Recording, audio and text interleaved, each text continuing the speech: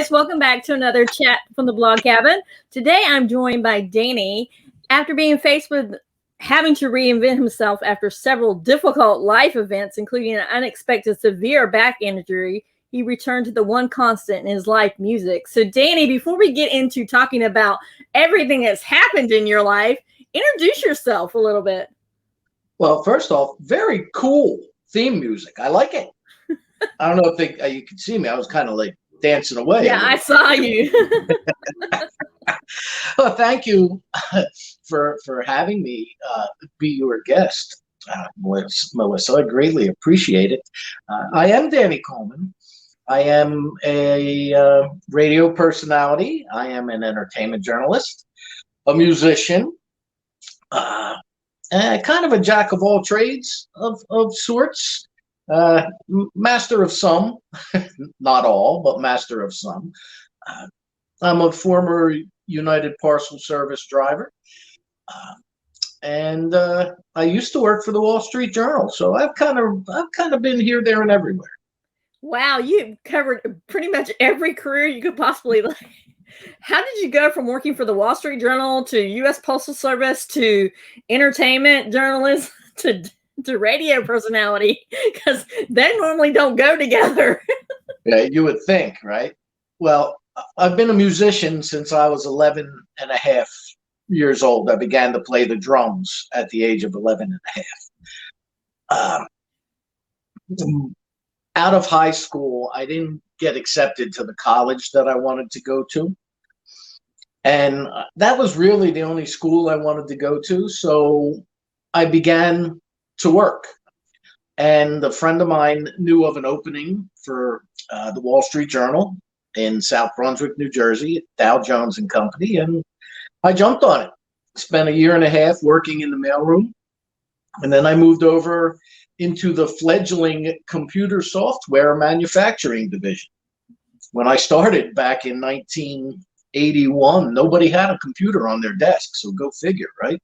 Mm. So I got in from the ground up of a software manufacturing operation, stayed there for 8 years, and left to become a driver for United Parcel Service. And then that is what led to my career-ending back injury. After 20 years of lifting, lowering, walking, pushing, pulling, up and down steps, in and out of a truck, in an urban environment, the state capital of New Jersey, where I am at, Trenton, or Trenton, as we say. I had woke up one morning and got dressed to go to work, felt a little stiff in my back, and then collapsed in my driveway with 4 herniated discs. One of them leaked. I had blood in my spine, numbness and neuropathy that I still deal with today. And that had pretty much ended my career as a UPS driver.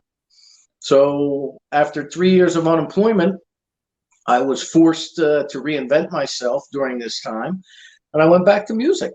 I always had an interest in radio. I went to broadcasting school a year after I got out of high school while I was working at Dow Jones.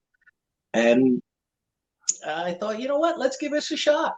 So I wound up answering an ad on Craigslist that said radio show hosts / ideas wanted. It was for a local AM radio station in southern New Jersey, and I went down and pitched the idea of my radio program, Rock On Radio. They bought it, and April 26th of 2009, Rock On Radio was born, and I haven't looked back ever since.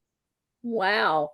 I mean, because honestly, you could have easily have let that back injury define your life and just sat down and said, oh, woe is me. So how did you move on from that? Let me tell you, it wasn't easy. My whole life I've worked. I've always worked. I've always held up my end of the bargain, so to speak. 3 years of unemployment. And I had a labor jobs coach that came from the New Jersey Department of Labor. And she told me flat out that I was a victim of ageism. At the time, I was 46 years old when my back gave out. And here I am 3 years later, I still don't have a job. So it totally, what I did have, I didn't have a job, but what I did have was child support to pay. Mm-hmm. And, you know, because in between before my back gave out, I went through a very bitter divorce. And I had alimony and child support, and the alimony went away when my financial situation changed, but the child support did not. And I had to take care of my kids. So 3 years in, I lived out of my savings, and it literally took it down to where I was near. I had $17 to my name at one point between all of my accounts. I was set to start cashing in life insurances and stock and 401ks and taking the penalty. I literally was down to $17. I actually have a screenshot of it on my phone that I keep. Every time I think things are bad, I look at that screenshot and say, yeah, it's not that bad. So yeah, that's how I wind up going there. And I had to reinvent myself. Wow. So that brought you to the bankruptcy, right? I didn't hit bankruptcy, although I was urged by friends and family members and counsel, but which kind of surprised me, because the very family members who were urging me to file for bankruptcy were the same ones who taught me my work ethic. So I was kind of on the fence about that, you know. But I didn't, and I wouldn't, and I was asked or urged to apply for assistance. I mean, I was days from living in my pickup truck, which thankfully was paid for. But so what? I would have had a mobile home, right? I mean, you got to go with what you got to go. However, I persevered, and through the help of some friends who pretty much took me in, allowed me to live rent-free till I got back up on my feet, and a couple of lucky breaks, and here I am. So how are you able to maintain that positive? You can just tell you're exuding that positive attitude throughout all this, because you're laughing. You're like, at least I would have had a mobile home, because a lot of people wouldn't have thought that, you know? You want to know the truth? Every time I thought how horrible, I actually had friends tell me, man, if I had your life, I'd either be in a rehab center or I would have committed suicide by now. You know? And I used to laugh, and I was like, well, be thankful you don't have my life then. But I always thought, and never once did I not keep the perspective that there are other people who actually have it much worse. There are people who are dying of a debilitating disease. There are people who actually are homeless, who actually live on the streets. On my UPS route, I used to take care of the homeless and the drug addicts and you know, the ladies of the evening, because they were on the streets. I would buy them lunch. I would buy them coffee. I would give them products to go to the local YMCA and get a shower. And they took care of me. You know, when I worked for UPS, they took care of me. They let me know everything from where the traffic was backed up and why, to actually saved my life one day when a couple of kids were sneaking down the side of my truck with a cast iron pipe. So everything kind of, you know, there's perspective to be kept, and I always try to do my best to keep that perspective. Wow, you have such an amazing story, you know, because like I said, a lot of people would have looked at this story and said, well, the back injury, it's God's way of telling me that, you know, he's punished me for something I did, but that's not the way you looked at it. You looked at it as like, this is God's way of saying, okay, you need to reinvent yourself, and you need to, this is okay. You've done this for so long. Now let's go and do something else, you know, kind of like reshift your thinking a little bit. Yeah. And it's funny. Recently, I've kind of rediscovered my faith in God a little bit, or a lot. I do wind up listening more, paying attention to the signs a lot more. Will you find me in church every Sunday? No. No. But you will find me putting my faith in different spots now than I used to. That's for sure. So let's talk about that. Where would you, because honestly, sometimes organized religion can be a bad thing because there's more judgment coming from organized religion than anywhere else. If you look at the people inside the church, but where do you find your faith at? Believe it or not, the producer of my radio show, Claire Henwood, she's very very deep in her faith, and one heck of a producer, actually, who keeps me on track. She really does. When I first met her, probably about four years ago now, she wasn't thumping a Bible. She wasn't, but she knew the purpose of God in her life and the purpose of religion in her life. She's not judgmental. And I thought, if I could be a little bit more like her and look at things with a different purpose, maybe all this bad stuff that happened to me actually is there's rhyme or reason to it. Mm-hmm. And I went with that. I will openly admit, I do pray every day. I pray for my friends, for my relatives, our president, no matter who he may be, and all my musician friends, and anybody, that everybody that lives their life to their fullest, essentially. Because no matter, I'm not a big subscriber to the when life hands you lemons, make lemonade theory. Mm-hmm. I'm more like when life hands you limes, grab the tequila. But I do know that it's not the end of the world, and that I'm not the one that's in charge. That there's, the guy upstairs has got the bigger plan. So I kind of just go with the flow, Matter of fact, on my radio programs, I do not discuss religion or politics. I have no desire to. I'm there to talk about music, musicians, and how it affects their lives and the lives of others. So let's talk about your radio. That's the perfect segue. Let's talk about it. How did it start? Well, once I answered that ad and I pitched my idea, let me take you back, just a quick backstory. As I said, I began playing drums when I was 11 and a half. For my 12th birthday, my cousin, who recently passed away unexpectedly, she was my music muse, so to speak. She was a few years older than me. She gave me Led Zeppelin 4 for my 12th birthday. And I'll never forget, she said, if you're going to play the drums, you need to listen to this guy. And I was, as a 12-year-old kid, I was blown away. I was listening to whatever, pop and schlop that came on AM radio, and I wasn't really into album-oriented rock at that point. My mom loved Elvis and Creedence Clearwater Revival. My father liked the Platters. And so I was always around music, but I was the only musician in my immediate household. So when I was 15, I got into a band when I was in high school.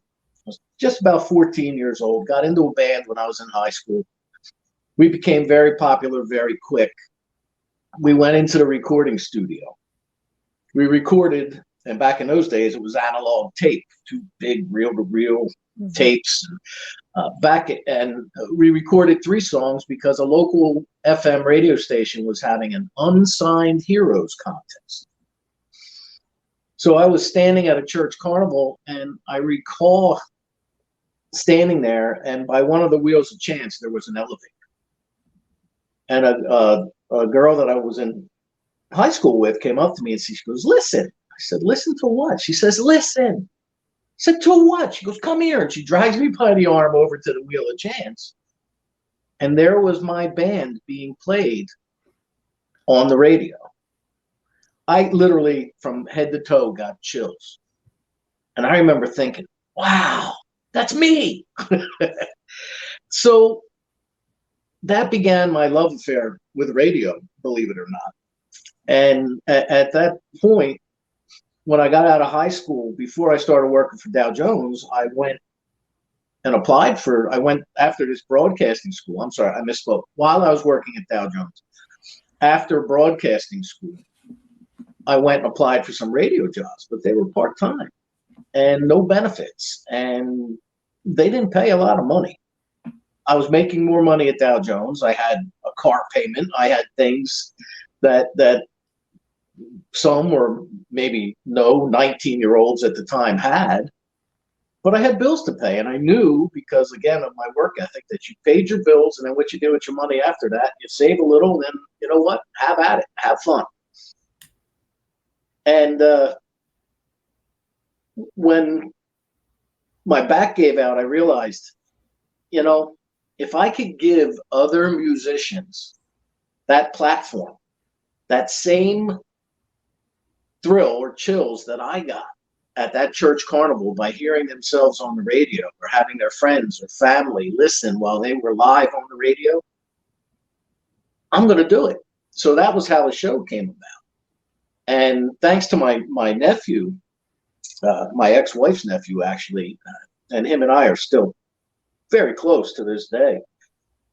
He's like, Danny, I was only going to do it once a month. Said, Danny, no, you got to do it at least minimum once a week. He said, that way, it's the only way you're going to build an audience. And he was right. So here I am. This April will be 12 years, and I haven't run out of musicians yet. So where do you find the musicians from? You know, the funny thing is, the first several months I did the program, you know, I was an unknown entity. Not that I'm that well known now, but I was an unknown entity. So I would go to open mics. See, fortunately, the area in which I live is fantastic. I'm an hour train ride from New York City, a 40-minute drive to Center City, Philadelphia, anywhere within the Jersey Shore except for Cape May in about an hour and 10 minutes or less. So I started back in 2005 or 6. I began playing with a group of guys who did a lot of gigs in Asbury Park, New Jersey. So I met a lot of people up there. So when I started the radio show, I started going up there for open mics and shows. And I started performing with people. I started asking them to be on my show, or I just started handing out cards. Hey, if you're interested, come see me. 3 months in, I don't have to do that anymore. People are calling me to be on the program. People are emailing me to be on the program. People are sending me text messages. Hey, I met you the other night. Do you have any openings? At one point, I was about 9 months out, booked out for the show in advance. And that felt really good. The only problem is they're musicians. They tend to forget, or if they get a gig, they're like, oh, I got to cancel. So I cut that down to, I really don't book out much more than 2 or 3 months in advance now, but so far so good. So how do you keep it straight? As far as what? Like, how do you keep it straight? The calendar. How do you keep your calendar straight? Well, I have a website, which is dcror.com. That's the quick link for Danny Coleman's rockonradio.com. On my phone, I have my Google Calendar synced to the website. Once again, courtesy of my producer, Claire. I have that synced to the website. And every time I get somebody booked, I just go on my phone, punch it in, it goes right up to the website. So I have a pretty good, the ones that aren't confirmed yet, where I haven't gotten around to putting in yet, they will eventually be there. But right now, I'm currently booked through the middle of March. Wow. So. Wow. Because I know I have a lot of trouble trying to get people straight with, even with the calendar link. I'm like, whoo, how many people? What? Before I can even go in and like mark the date, not not full any, market so that people can't book. People are already booking again. I'm like, whoa, whoa, whoa, whoa, so I can't imagine how you are. So that's why I was asking you, how do you keep it straight? Well, that's, fortunately, it's only once a week still. When the program started, it was an hour long. And then when I left the AM radio format and went strictly internet, I opened it up to 2 hours. And it's been 2 hours probably for the last 9 years now, almost 10 years. It's been a 2-hour format. It used to be on at 10 p.m. on a Sunday night. And I moved that also to 7 p.m. So that way it opens it up to a lot more people or a lot more listeners, I should say, as opposed to guests, because most musicians don't gig on Sunday nights. So yeah, that's why I picked Sunday, let alone at 10 o'clock. They may have an afternoon benefit or something of that nature, but most musicians do not gig on Sunday evenings at 10 o'clock. That's interesting. We'll be right back with a quick commercial from our sponsors. Schools closing their doors again this year due to the COVID-19 pandemic is devastating for students, parents, and educators. Beyond that, it has disproportionately challenged low-resource school systems, further revealing educational and health inequities among communities. Teachers and parents are searching for tools that will enable schools to reopen, but many of these solutions are expensive and time-consuming. To ease the magnitude of challenges faced by high-need school districts, we can provide a simple solution that has a deep impact. I'm Della, the founder of Nestle Space. Nestle provides easy, beautiful, health-centered design that adapts to any environment. We design products that are attentive to bodily experience, emotional health, and ergonomics, including our portable, touchless hand washing station. Our hand washing stations bring running water anywhere with an outlet, accompanied by ergonomic design. Because no plumbing is required, our portable stations can be placed in classrooms, gymnasiums, lobbies, libraries, and beyond. The CDC has identified hand washing as a critical mitigation measure for schools during the pandemic. However, as evidenced by the high number of schools that have reached out to us over the last 6 months, many schools do not have prolific access to running water in classrooms and in other areas which they need to repurpose as classrooms in order to increase social distancing during the pandemic. We know schools are short on resources, dollars, space, and time. We can help, but we need your help to do so. We'd like to supply our Nestle Kids hand washing stations at no cost to selected public schools in need. Our first goal is to distribute these to 10 school districts. We are asking for your help to simply cover our production and shipping costs. Together, we believe we can help students more safely return to where they thrive most, at school.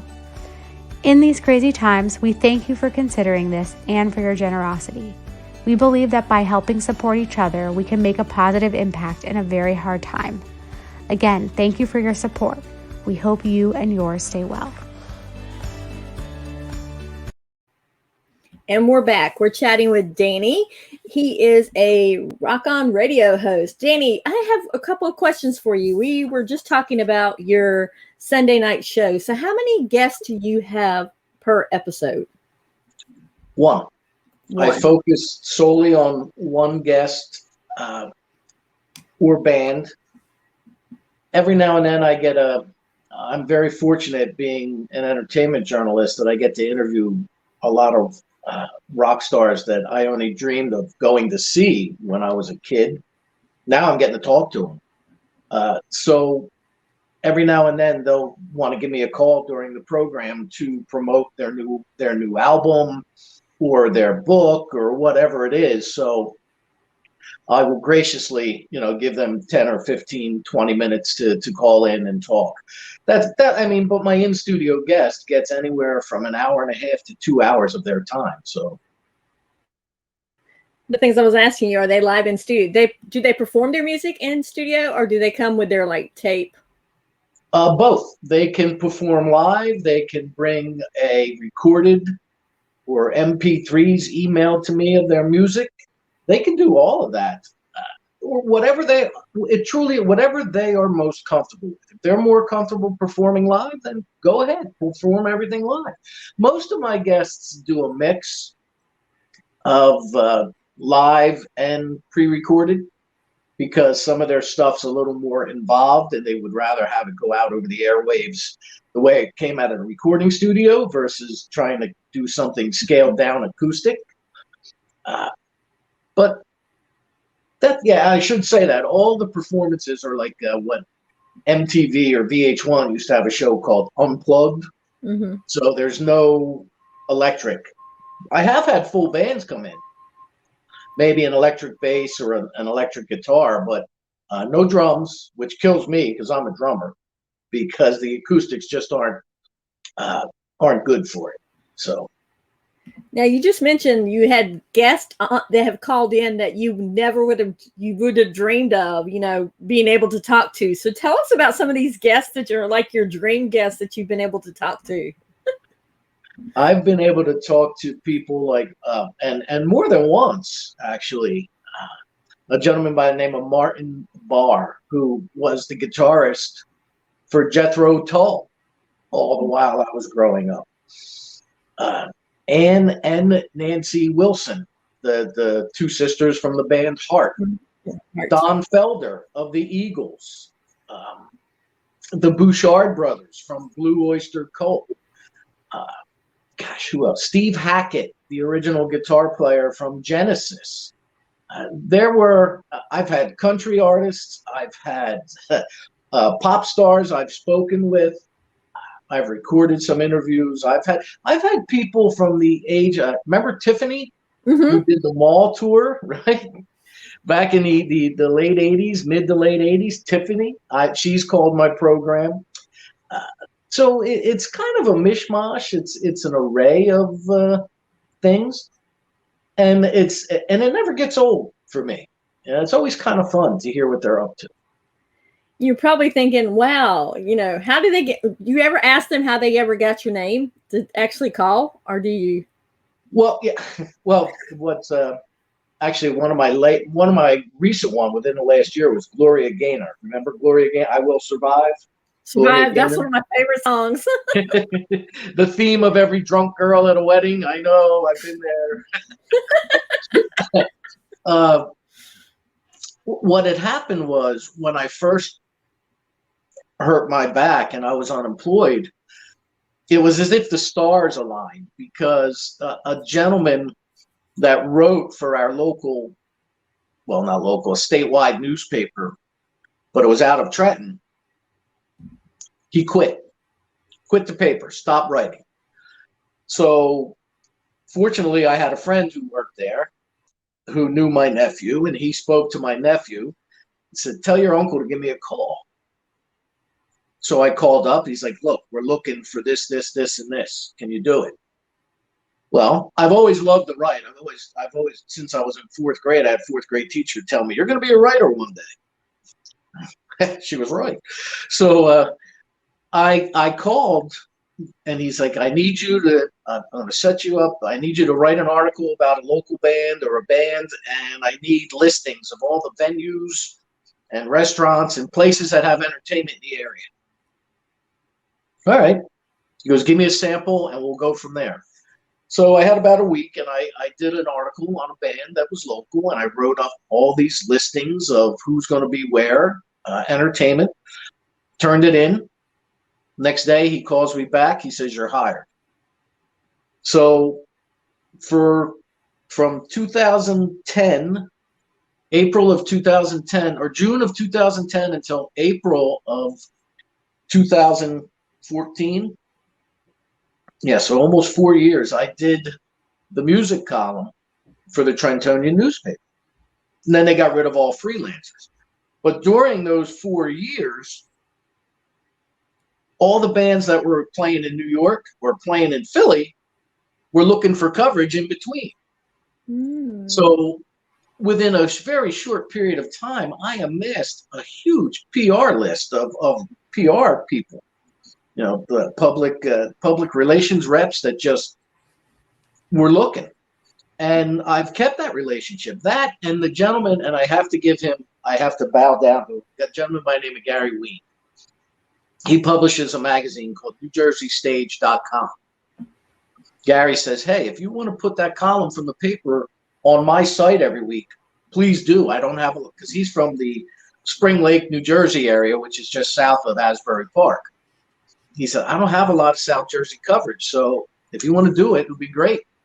So in August of 2012 or 2013, I began writing for New Jersey Stage, and it worked out perfect. He's a great editor, a great owner, and I have a great relationship with him.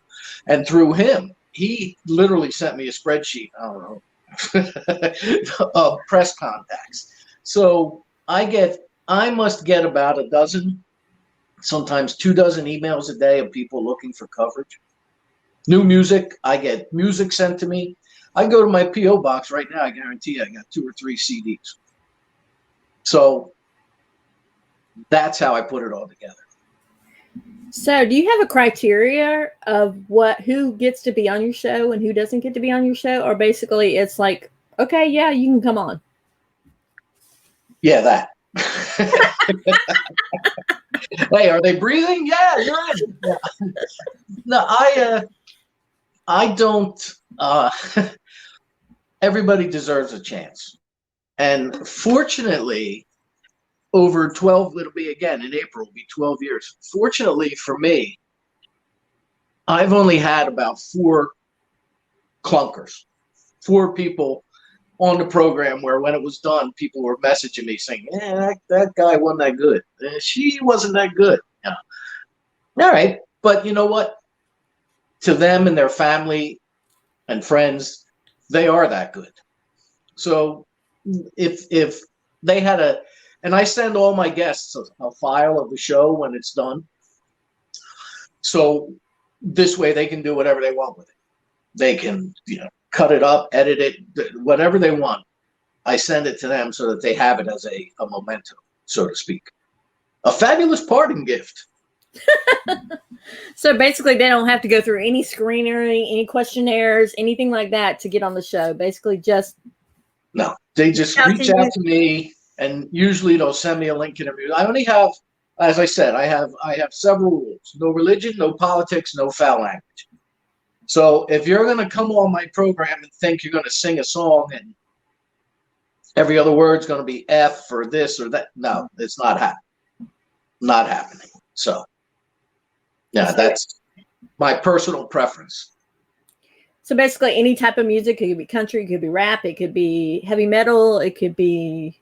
I'm not a big rap guy.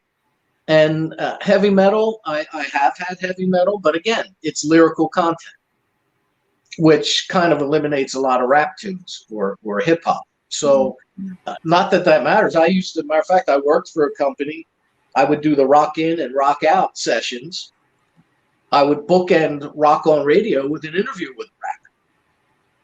And yeah, those guys, as predicted, a lot of them were very foul and very rude, and their music was the same way. And that's fine. It's, you know what? That's their talent. That's their art. Go for it. I wouldn't have interviewed them if I didn't want to give them the opportunity. But I don't do it as part of my radio program. Okay. So what particular music do you actually look for then? I don't look for anything in particular. I mean, I do a lot of singer-songwriters. I do a lot of bands. I've had jazz artists. I've had solo artists. I've had rock bands. I've had hard rock bands. I've had metal bands. I've had, not this week, but the following week, I have a thing called they're called the Rock and Roll Chorus, I believe. Where's Claire when I need her? But what they do is they create the music with their voices instead of guitars and drums, and they create the music of classic rock songs. And it's really, really neat to see. So I kind of run the gamut. I've had rock and roll. I've had rock photographers. the people who take the great pictures that you see in magazines and online. I've had authors who have written everything from horror books to rock and roll books. I really don't discriminate against anything, because the music can be found in everything. It's found in the TV commercials you watch. It's found in the rhythm of a jackhammer when they're tearing up your street. It's Steve Hackett of Genesis told me 2 albums ago.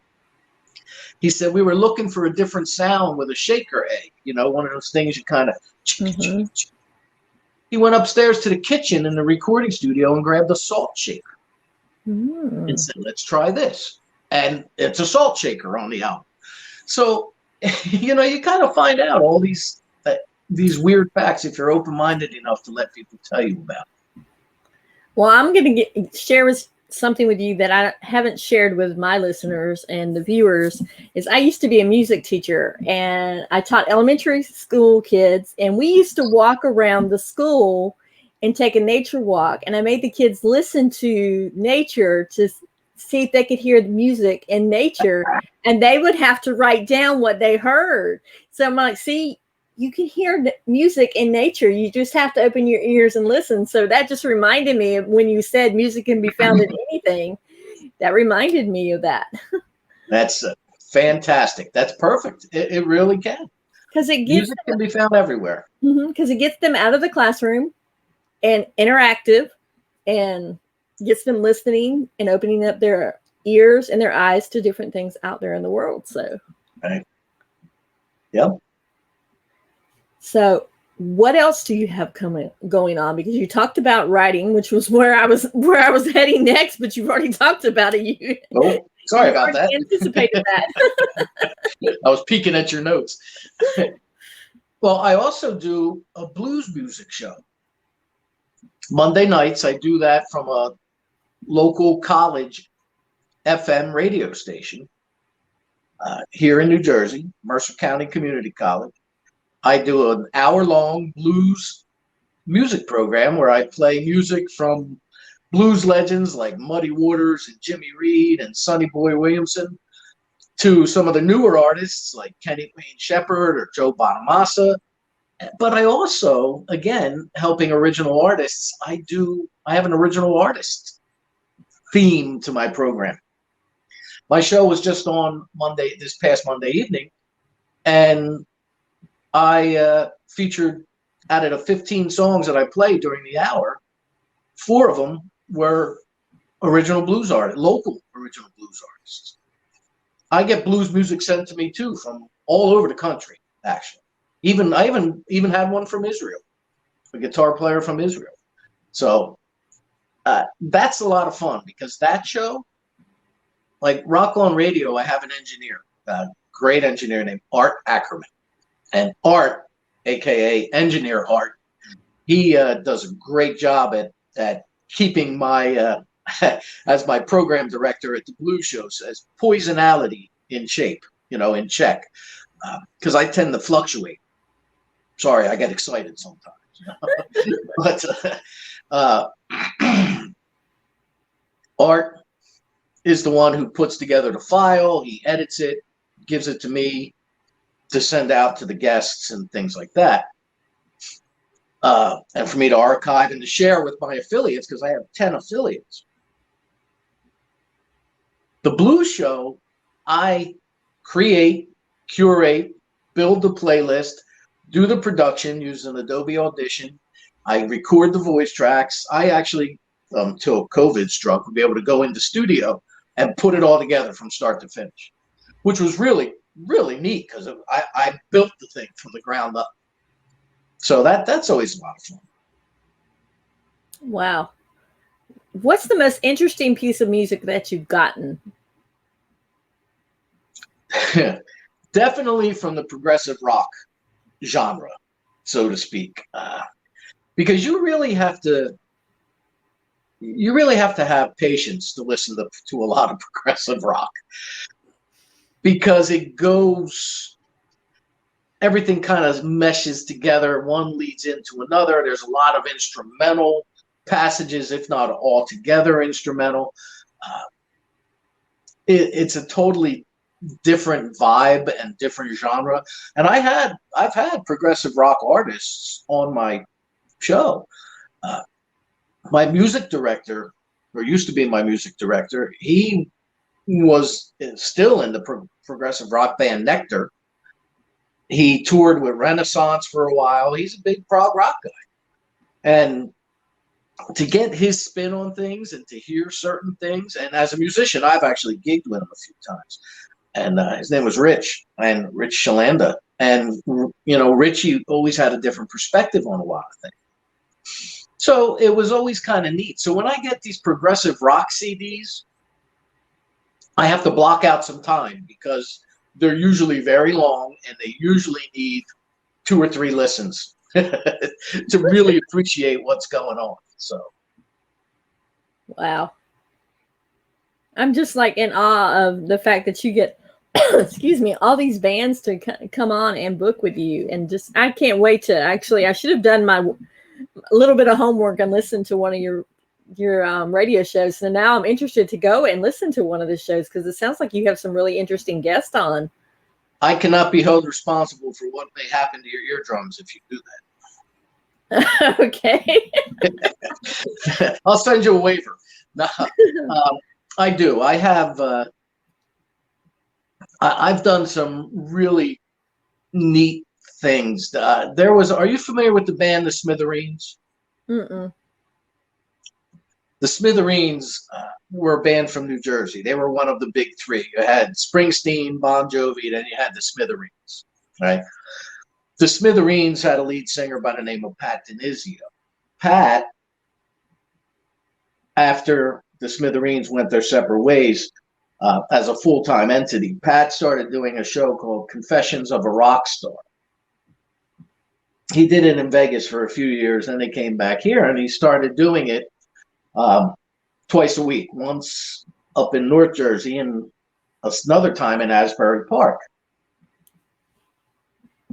I knew the promoter. The promoter gave me Pat's phone number. I called Pat. The station I was with at the time, 40 Foot Hole Studios, we broadcast Pat's show live for 8 months, once a week, from the venue in Asbury Park. So that was really cool. I got to literally sit on stage with this guy who, rubbed elbows with everybody from Madonna to Bruce Springsteen and so on and so forth. So there were lots of things to come of this, and I pinch myself a lot. I mean, a lot. Like, did that really just happen? I've been invited backstage multiple times from various bands. I've been invited to dressing rooms to do interviews and hang out. And I was invited to Epic Records last year to hang out with Judas Priest. It's kind of really cool. And I walk out of there sometimes just shaking my head thinking, all right, when am I going to wake up? But I just love music and I love the environment, and but perspective is everything. So we go from there. Yep. That's true. And who knew that back injury with UPS, that was going to lead you down that path to lead you to your first love, music, to the radio and doing what you're doing now, that had to happen to lead you to where you are right now, to your dream job, basically. Yeah. And you know what the beauty of it is with my radio programs, Melissa, is that I'm in charge. It rises and falls with me. I'm dependent on a lot of people. City of Angels Radio is where I broadcast from. Art and Claire, Mercer County Community College, they could pull the plug on where I broadcast from, but they cannot have jurisdiction over the program. Yep. And that's, creatively, that's pretty cool. Now, I'm not a dictator. I'm not like, this is what I'm going to do and this is what I want. No, but I do ask and willingly take the opinions, especially of my engineer and my producer. Because I look at it this way, if I can make this program succeed, they will too. And they will benefit from it. So that's that. Yep. Yeah, that is so true. Danny, I want to thank you for coming on. Is there one last thing that you want to share before we hop off? Yeah. Rock On Radio is on Sunday evenings at 7 o'clock Eastern Standard Time on coaradio.com. My website is dcror.com. You can find out everything I do there, from my chili empire to the radio show to my writing and all of that. And Melissa, thank you so much for having me on. You are letting me spend time with you and your listener. You are more than welcome. And guys, we will see you on the next chat from the Blog Cabin. Bye. Rock on.